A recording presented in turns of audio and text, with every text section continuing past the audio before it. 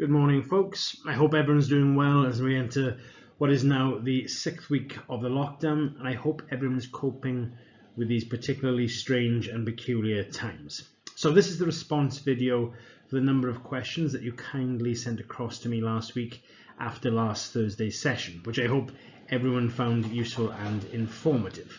So this will effectively do something very similar today, and I will send out this video via Microsoft Teams and via Moodle, and I will put it on the YouTube channel as well so you can watch this at your leisure. And again, I am contactable via email or Teams, and I will pick up any further questions you have in relation to this assignment. So very importantly, what we will deal with now first is the questions in relation to assignment 1B in the first instance, and then we will look at part 2 of the assignment, which is an essay that you guys will have to do. I have sent out an email via Moodle to say that this will be extended in order to give you the best possible chance of securing a good grade and to get the support that you need. Again, we have covered all of the teaching for this assignment, so the rest of the teaching sessions will be drop-in sessions. I'll be contactable at any time, and so will the other lecturers via email and via Microsoft Teams. So the second part of this video will be talking you through the assignment 2 essay in exactly the same way that we did last week, and you will have an opportunity then to send me any questions via email, and I will produce another response video making sure that you have all the information you need in order to successfully complete part 2 of the assignment and get the best possible grade. So probably most importantly, and what everyone wants to know, is the date of the extension for the assignment 2 essay. So this will now be submitted at the very latest by midnight on Friday the 22nd of May, so giving you plenty of time there. Again, I'll be contactable for any feedback at any point, and the most important thing you can do is get that feedback to enhance your grades. So feel free to send drafts across to myself and for Rachel for the business students, and obviously the other students can contact your tutors as well. So as you can appreciate, this is a strange and difficult time for all of us, both you as students and us as academics as well, as we are all adapting to new ways of teaching and learning, as well as assessments too. So I was very encouraged to see that there were a number of views. There are about 50 views of the YouTube video, which is possibly accounts for more or less everybody in the class having watched the video. Plus the length of time of the videos watched means that the vast majority of people would have sat through and watched the video in its entirety. That being said, there could be multiple views by individuals, so at this point it's quite difficult to tell, but I will assume from the figures that I'm seeing that these are valuable resources for you. But the reason I'm mentioning this is what I'm really looking for is some feedback from you guys as to how effective and impactful this particular approach to online learning is. So this has been a grand experiment for us all, and I have tried to use multivariate approach to online teaching, with some live teaching via Microsoft Teams, some with video, and some with more static forms of information, such as uploading documents or third-party videos from TED Talks, etc., as well as using academic reports and journals as well. So I'm trying to get some sort of view as to what is the most effective and what resonates the most with students, and what you're finding as well as the most convenient and helpful way of providing materials during lockdown. So I'd be incredibly grateful if you could provide me with some brief feedback on last week's video, as well as any feedback on the previous sessions where we have had live teaching via Microsoft Teams. And as well, I would like to know how you feel this process could be improved. Would you like to see more videos? Would you like to have more one-to-one sessions for tutorials? Would you prefer to have more live teaching in the form of Microsoft Teams or other platforms? The sorts of things I'm looking to find out about is the general quality of the materials that have been produced so far, as well as how this currently fits in terms of convenience to your life at the moment, considering things are very different for very different subsets of students. Perhaps you have young children, perhaps you have work commitments as key workers, or perhaps you have difficulty with simple things like internet connection and access to equipment at home. whatever it is, if you could send this across to me in an email, it would be an enormous help to us as academics to ensure that you have the best possible teaching for the remainder of this academic year, and particularly with the level of uncertainty we have in the country at the moment, knowing how we can best prepare for the second academic year for you guys as well, so that we have a seamless experience that is as high a quality as if you were on campus.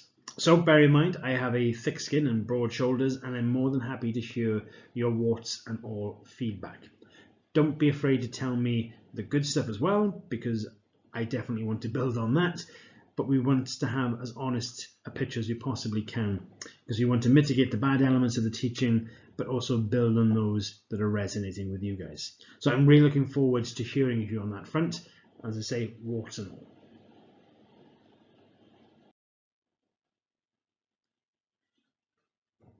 So I have had 4 separate sets of questions from members of the class.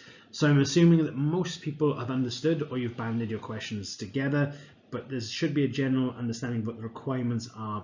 But we do have a few minor points for clarity here. So the first question is as follows. So a question regarding the blogs. Someone wants to know, are they right to say that each member of the team uploads a Word document with all the content of the blog alongside a link to the actual blog? So in my response here, what I'm looking for in terms of your actual submission on Moodle is a Word document that has your individual blog contribution copied and pasted into that Word document. But I also expect to see a live link in the blog in its entirety as part of that Word document.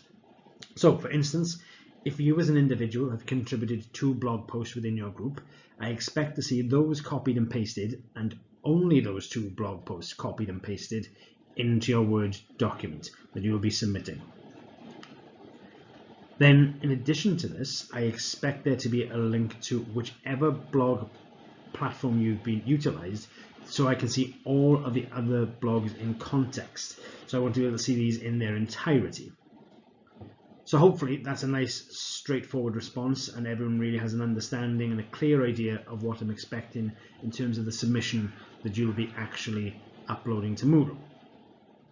The second question I've received is as follows. So just a quick question about the blogs. For the content of the blogs, is it just about the aims and objectives that you have used in the posters, or is there anything more that needs to be added in? I've also received another question asked that what are we blogging about, so hopefully the response here will clear that up as well. So in response to these questions, it is very much in the same way as it was with the posters, as in the main element is your aims and objectives of the project. But you will notice that the assignment brief, we're talking about the promotion of those aims and objectives. As it would have been noted in the previous video, this is a slightly more casual tone than you would have ordinarily had for a fully academic piece of work, such as an essay or a report. So I do want you to get your audience engaged with the aims and objectives. So how are you going to promote the ideas that are behind these aims and objectives? So you have to state quite clearly what these aims and objectives are, as you would have done in the poster, but not forgetting this blog is centered around their promotion as well.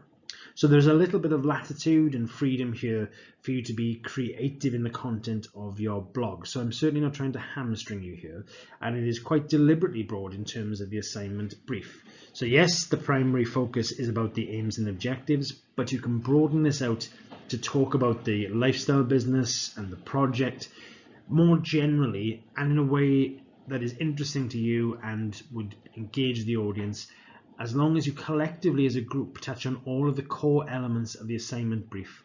I'm looking for this to be interesting and engaging, and there's something that would appeal to a mass and general audience, not purely a piece of academia. The third question is in relation to whether or not this has to be done as a group. So in response to this, you will definitely be getting assessed on your own individual contribution to the blog.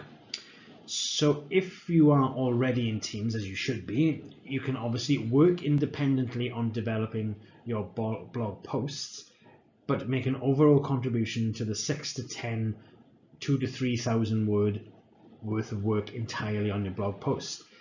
Just making sure that they belong to the collective blog and the live version of the blog. But for the submission, what you'll actually put up on Moodle, as I was noted in one of the earlier questions, is your own personal individual Word documents with your own personal contribution to the blog, as well as the live link as well. So individual contributions to a group submission. The fourth set of questions include the following. So there are 2 of us in a group for this example. So does this mean we have to do at least 6 blog posts? If so, it's completely fine. Just wanted to double check. And when we're uploading to Turnitin, do all members have to submit the work or just one person? Also, if we are basing our blogs on our business ideas from our entrepreneurial innovation module, then should our blog posts include promotional events for the business? For example, opening events, giveaways, welcomes, welcome to the company style posts, etc. So my response to this question, to the first part of this question, if your group is much smaller, as is the case here, there only being 2 of you, then you can tweak the number of blogs and the volume of words required in order for this to be fair and equitable with the other people in the class. So the assignment brief is looking for 6 to 10 blogs. I would suggest that you tweak the number of words more than you tweak the number of blogs to give you a little bit more breadth in terms of what you are discussing, and so perhaps being a little bit less in each individual blogs than trying to cut down on the number of blog posts to 1 or 2, as this will give you little scope for creativity and for creating something engaging to a wider audience. So if I was in this particular position, I would be looking to write 6 blog posts in a total of, I'd be looking to write a total of 3 blog posts for each member of the group, 6 in total. But rather than trying to get nearer the 3,000 words, somewhere between 1,500 and 2,000 would suffice, meaning you still have enough room to say something interesting and still have enough breadth in the content that you can include material that will engage a mass audience. Again, just a point of clarity on Turnitin. Each of you should submit your own individual work with your own personal blog posts and a live link to the blog and platform of your choice. If you're basing your work from entrepreneurial innovation module, then yes, your blog posts can include promotional events of the business, such as opening events, giveaways, etc. Again, this is a very practical module, and it is about an active promotion, not just an academic approach to this, which will be covered more in the second assignment. So these were the main questions that I received after last Thursday's video.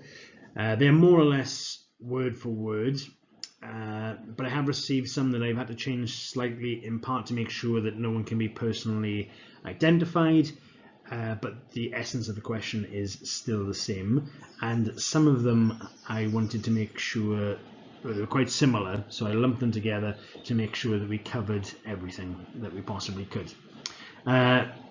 But please remember, there are no stupid questions. Everything is open for debate and discussion, and there have been crossovers, and I'm more than happy to have more questions in the future as well, even for this particular response video and for what we talk about in terms of assignment 2 as well.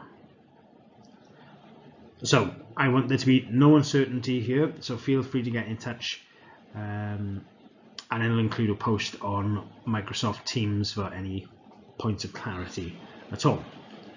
So hopefully now you feel in a better position to carry on with the blog assignment, and the remainder of the session will now deal with assignment 2, which is your essay.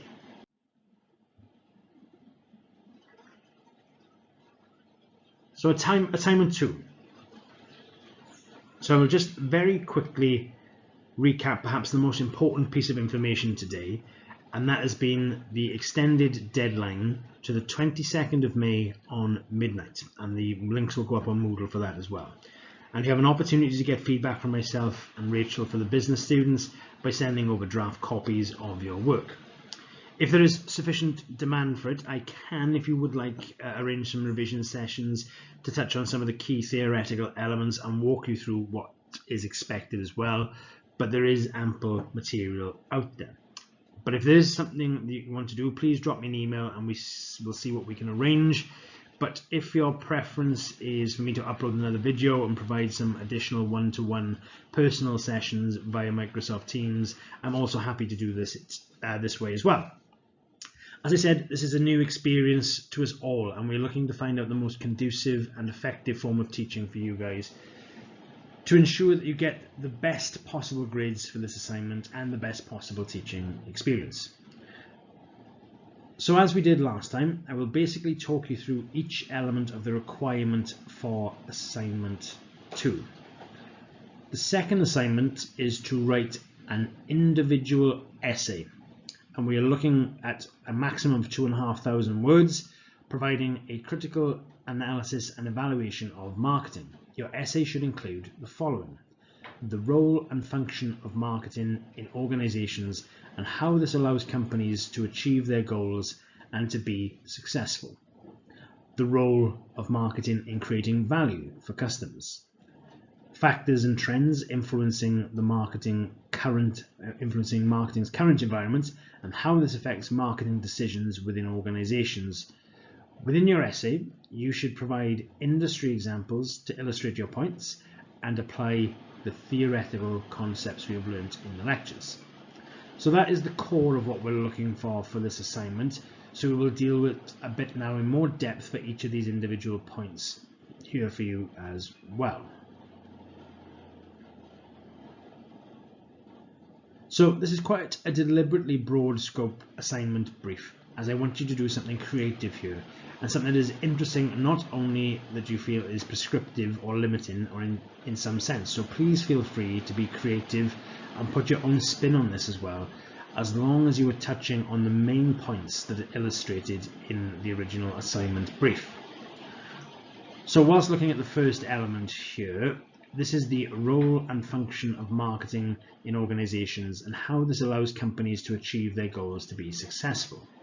So what I would do here is start looking at some of the core marketing textbooks that will be on your reading lists and available to you using the online library materials, and have a look at some of the definitions of marketing, as these will help you understand what the role and function of marketing in organizations is, to provide some context.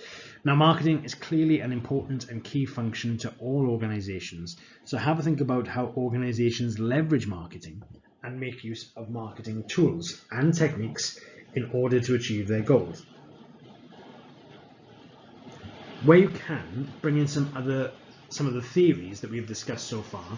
So for instance, here might be a good point to discuss elements such as market segmentation and how segmenting a market allows organizations to more efficiently and effectively reach its target audience, and therefore ultimately increase its sales and achieve its corporate goals.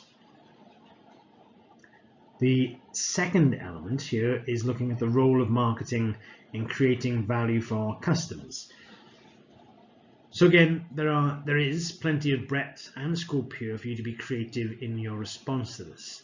You could look at how marketing creates values in terms of perhaps lifestyle brands, or it could be that marketing creates value as providing status to particular individuals. There are lots of different ways you can approach this.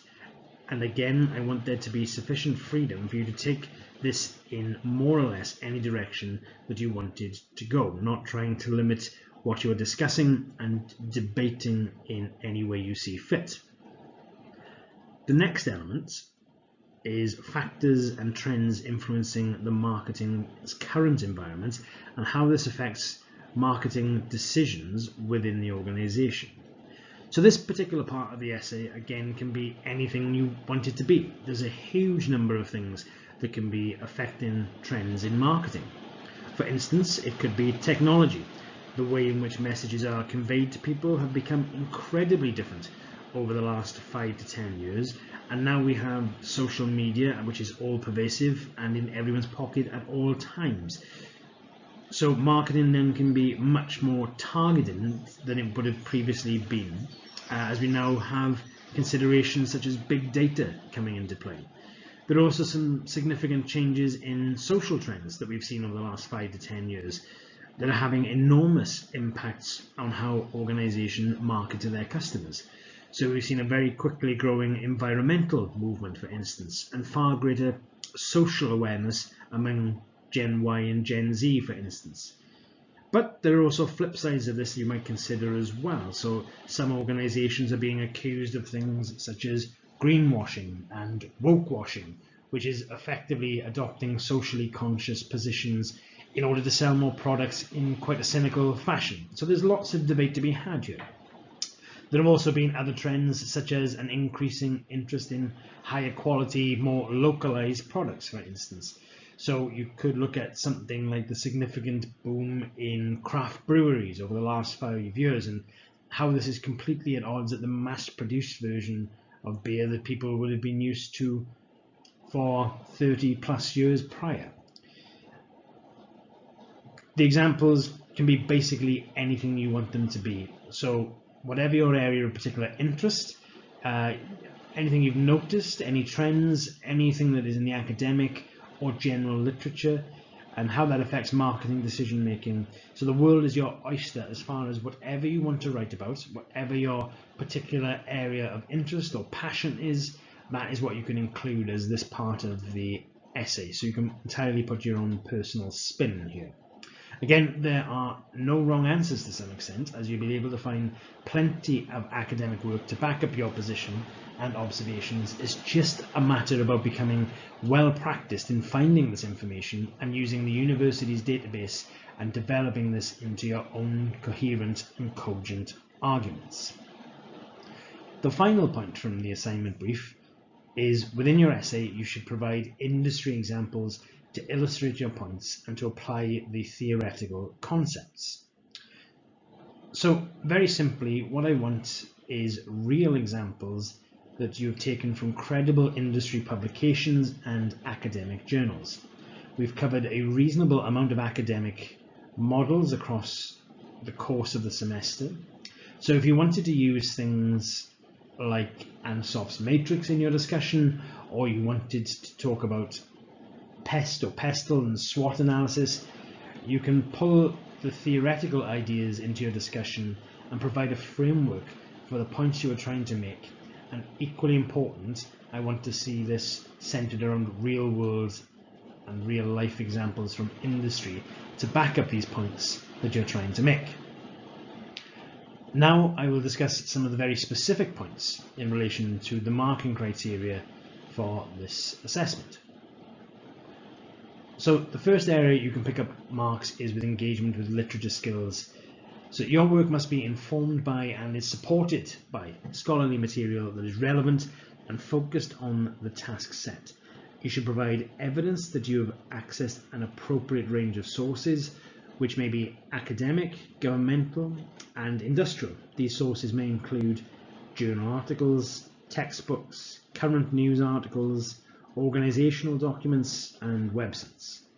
You should consider the credibility of your sources. Academic journals are normally highly credible sources, while websites require careful consideration and selection and should be used sparingly by comparison. Any sources you use should be current and up-to-date, mostly published within the last 5 years, though seminal important works in the field may be older. You must provide evidence of your research and own reading throughout your work using a suitable referencing system, in this case the Harvard referencing system, including in-text citations in the main body of your work and a reference list at the end of your work. So guidance specific to this particular assignment, you should show a wide level of reading, a minimum of 15 references from a variety of credible sources, including textbooks, academic journals, news sites, papers, and academic-based websites. There are 30 marks available for this element. These are essentially quite easy marks to pick up, as long as your referencing format sticks rigidly to the Harvard requirements and you have put in 15 credible sources of information, avoiding sites such as Wikipedia, Business Balls, open source information, and random blogs off the internet, and you have sourced most of your information using the university's database, or Google Scholar for instance, using credible trade publications and industry publications. If you hit that 15 citations mark, it is very difficult for me not to give you 30 marks or near 30 marks if you are fastidious and punctilious in following the Harvard referencing system. What I'm also going to do in the video is very briefly tell you explicitly what the marking criteria says that you need to do in order to achieve 70% plus to get that first class mark, because I hope what you're all striving for is not going to talk you through how you're going to get middling to failing grades. I want you to know exactly what the expectations are in order for you to shoot for the moon and get a first class honours degree. So in terms of the engagement with literature skills, to achieve over 70%, you need to show engagement with an extensive range of relevant and credible literature, consistently accurate application of referencing. So element 2 is knowledge and understanding skills. So at level 4 you should be able to demonstrate knowledge of underlying concepts and principles associated with your area of study. Knowledge relates to the facts, information and skills you have acquired through your learning. You demonstrate your understanding by interpreting the meaning of the facts and information, knowledge. This means that you need to select and include in your work the concepts, techniques, models, theories, etc. appropriate to the task set. You should be able to explain the theories, concepts, and show understanding. Your mark or grade will depend upon the extent to which you demonstrate your knowledge and your understanding. So when we're looking at guidance that is specific to this particular assignment, you should demonstrate knowledge and understanding of the key theoretical concepts and provide examples that demonstrate your understanding, ensuring to use academic literature for this. So this is where we're talking about the SWOTs, the PEST, the ANSOS matrix, etc. So there are also 30 marks available for this section. Again, a fairly sizable chunk of the marks you're able to achieve. So if you're having any discussions and views on theoretical frameworks, make sure you're using the appropriate textbooks to build the case for your explanation of that particular model. There will be marks available for you for the explanation of the model, and there will also be an amount of marks to pick up for the correct usage and application of that theory or model as well. So in order to get a first class grade in this particular element, you will need to demonstrate excellent knowledge and understanding of the basic underlying concepts and principles of the subject. So we're expecting quite a high bar. The third element is cognitive and intellectual skills. You should be able to present, evaluate, and interpret qualitative and quantitative data in order to develop lines of argument and make sound judgments in accordance with basic theories and concepts of your subject of study. You should be able to evaluate the appropriateness of different approaches to solving problems related to your area of study and/or work. Your work must contain evidence of logical, analytical thinking. For example, to examine and break information down into parts, make inferences, compile, compare, and contrast information. This means not just describing what, but also justifying why, how, when, who, where, at what cost. You should provide justification for your arguments and judgments using evidence that you have reflected upon the ideas of others within the subject area, and that you are able to make sound judgments and arguments using data and concepts. Where relevant, alternative solutions and recommendations may be proposed. So when we're looking at guidance specific to this assessment, ensure that you draw on a range of viewpoints, not just a singular one, and demonstrate how marketing theory is actually applied in the real world. There are 10 marks available here. This is really about the effective linking between the real world and the theoretical, and how academic theory can be applied by organizations in terms of marketing in order to achieve their goals and ambitions. In order to get a first-class grade in this element, you will need to demonstrate excellent evaluation of the underlying concepts and principles. You need to show that you can demonstrate interpretive, qualitative, and quantitative data accurately and with some insight, and demonstrate an excellent ability to devise arguments using evidence and make appropriate and valid judgments. So for the fourth element, practical skill at level 4, you should be able to apply the basic underlying concepts and principles to evaluate and interpret these within the context of your area of study. You should be able to demonstrate how the subject-related concepts and ideas relate to real-world situations and or particular contexts. How do they work in practice? You will deploy models, methods, techniques, or theories in that context to assess current situations, perhaps to formulate plans or solutions to solve problems or to create artifacts.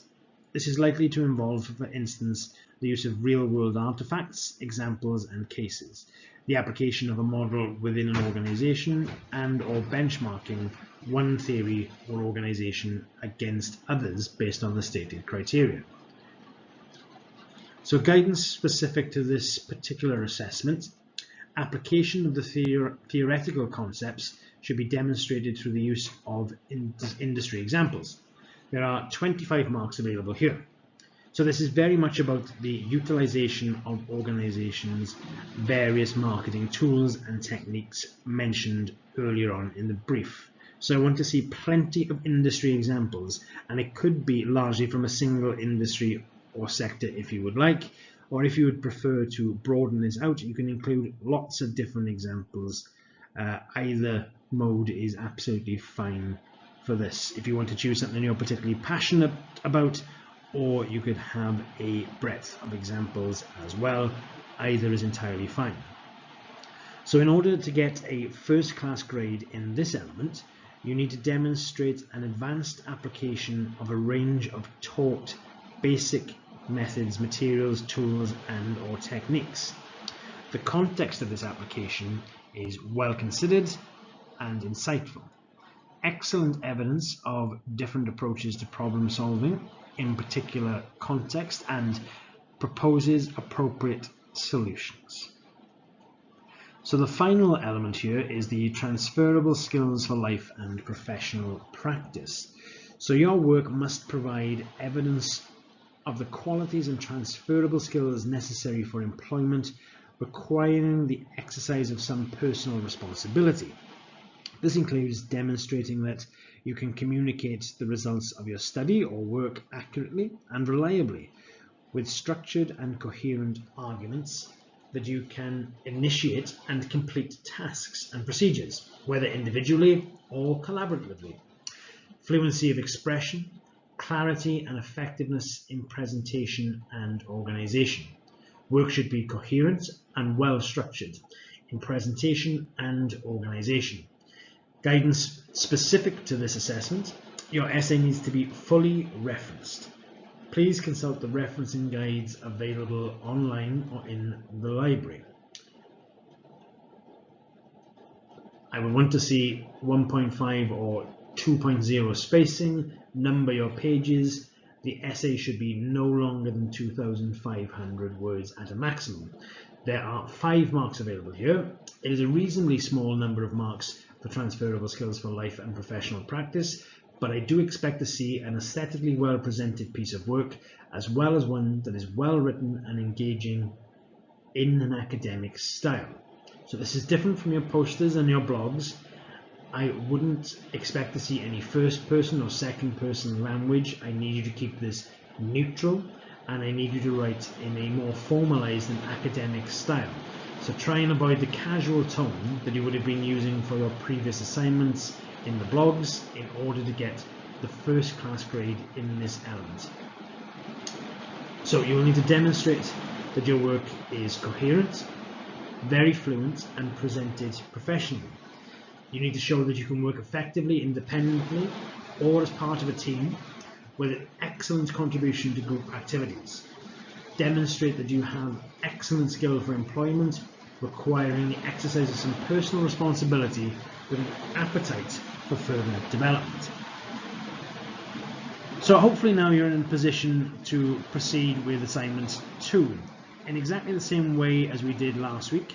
If there are any uncertainties at all, any questions, any points for clarification, please do not hesitate to get in touch with me by email or Microsoft Teams, and I will pull together another response video to make sure the whole class is informed of exactly what you need to do. Again, I really want to reiterate that I'm looking for some feedback here to make sure that you are getting the best possible and seamless service for us as a university, and that you feel you're being supported and helped in every way possible. We are looking for creative ways to continue with our remote teaching, so if you can think of anything at all that would be worthwhile instituting in terms of teaching practice across the program, across the university, please do let me know, and we will certainly have a try at pulling something together. We're all crossing the river, feeling the stones together in these very uncertain times, and I think some collaboration and creativity can make this a worthwhile experience for us all for the future.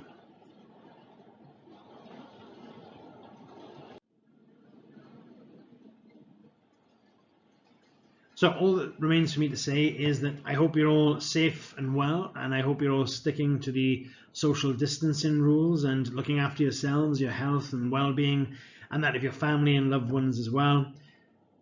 I'm sure you're all looking forward to getting back to some sense of normality, but let's all stick at this together, and we will see each other on the other side of this, hopefully in the very near future. I hope you're all doing well, and our thoughts are with you as the university, and my thoughts are with you all personally as well. And I look forward to catching up with you guys very, very soon as well. So as I said, this is now about you getting any further questions across to me that you need points of clarity. They can still be points of clarity on part 1 of the assignment, but if there's anything for part 2 as well, don't hesitate, get something across. And most importantly, in terms of getting that best possible grade, it all really comes down to getting feedback from myself or getting feedback from Rachel, or for those guys who will be picking this video up who are part of the other cohorts. Speak to your tutors, get that feedback, enhance your work, use the time wisely. A lot of people will be at home, and this is a good time to really get down to the nitty-gritty and get the work done and get the best possible classification that you can. As I say, thoughts are with you all. Be safe, everybody. Look forward to seeing you soon. Take care. Bye-bye.